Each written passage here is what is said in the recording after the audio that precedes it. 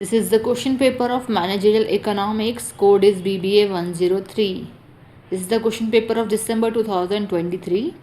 Time limit is 3 hours and the maximum marks is 75. So the section A, attempt all questions. Each question carries 3 marks. Very short questions is required. है ना. Question first, what do you mean by supply? तो आपको supply बताना है. Supply और demand दोनों ही important है, लेकिन फर्स्ट क्वेश्चन आपका सप्लाई का पूछा है. Next question is what is demand schedule. Demand schedule क्या है, you have to explain it that in question number 2. Question number 3, what do understand by pricing. तो प्राइसिंग क्या है, प्राइस क्यों रखा जाता है, मतलब उसके बारे में आपको एक्सप्लेन करना totally. Question number 4, what does you mean by, what do you mean by economic growth. Economic growth क्या है, इकोनॉमी की ग्रोथ क्यों होती है, कैसे होती है, तो वो आपको सारा उसके बारे में बताना है. Next is what is oligopoly. देखिए इसमें आपका मोनोपोली, मोनोपोलिस्टिक एंड ओलिगोपोली सारे ही इंपॉर्टेंट है. क्वेश्चन में कुछ भी पूछा जा सकता है, ठीक है. तो यहाँ क्वेश्चन आपका ओलिगोपोली पूछा है. Now the section B, attempt any 2 questions out of the following 3 questions. Each question carry 7.5 marks. तो the question 6, distinguish between economics and managerial economics. तो आपका सब्जेक्ट ही क्या है, मैनेजरियल इकोनॉमिक्स, ठीक है. तो इकोनॉमिक्स और मैनेजरियल इकोनॉमिक्स में क्या डिफरेंस है वो बताएंगे आप.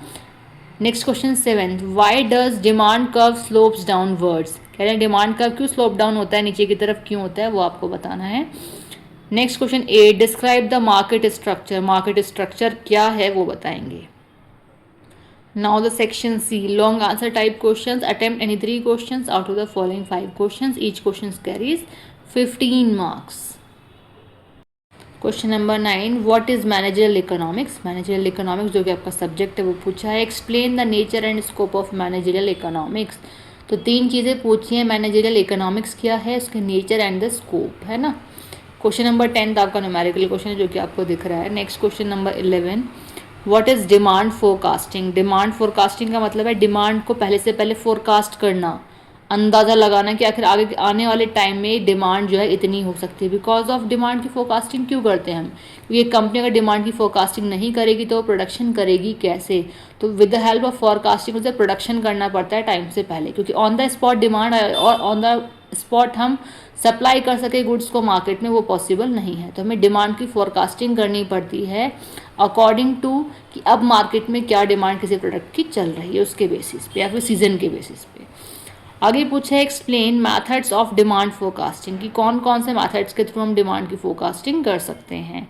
Next question 12, what do you mean by law of demand. तो लॉ ऑफ डिमांड आपका क्या है, व्हाट आर इट्स एक्सेप्शंस, इसके एक्सेप्शंस क्या हैं, and explain the important factors determining demand. और इसके फैक्टर्स क्या हैं जो कि डिटरमाइन करते हैं डिमांड को. Now the last question of this paper is right short note on any 2 of the following. देखिए 4 दिए हैं, 4 में से आपको कोई भी 2 एक्सप्लेन करने हैं. अब पूछा क्या है, a balance of payment, next is national income, third is pricing policy. ठीक है, प्राइसिंग की पॉलिसी क्या होती है, प्राइस के बारे में पूछा डायरेक्टली कहा जाए तो प्राइसिंग पॉलिसी प्राइस से रिलेटेड है. प्राइस क्या है वो आपको मैं बता चुकी हूँ already. D is business cycle. ठीक है, तो आपका ऑल ओवर ये आपका एग्जाम पेपर है.